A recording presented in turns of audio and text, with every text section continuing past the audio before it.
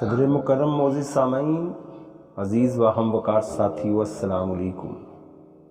میری تقریر کا عنوان شان رمضان۔ رمضان المبارک اپنے دامن میں بے شمار رحمتیں برکتیں لیے امت مسلمہ پر سایہ فگن ہے۔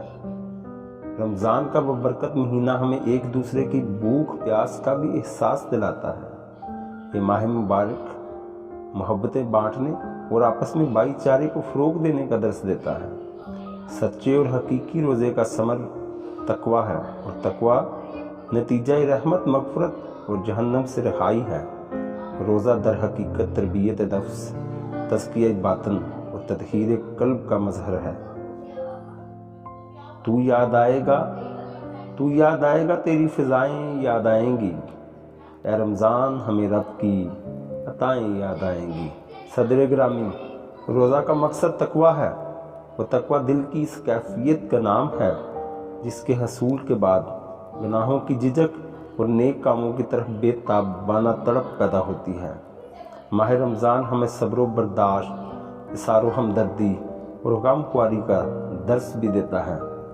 ماہ رمضان ہی وہ بابرکت مہینہ ہے جس میں اللہ تعالیٰ نے انسانیت کی رہنمائی کے لیے قرآن مجید نازل فرمایا۔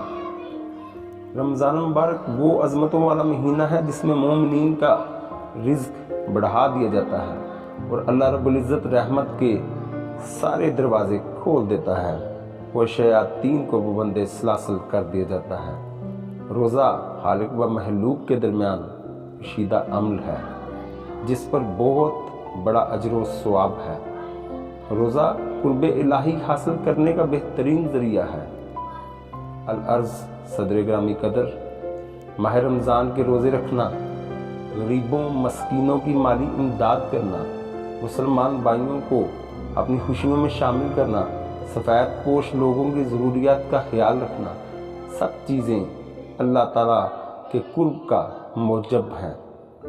دعا گو ہیں اللہ ہمیں ماہ مبارکہ کی برکتیں اپنے دامن میں سمیٹ لینے کی توفیق عطا فرمائے، آمین۔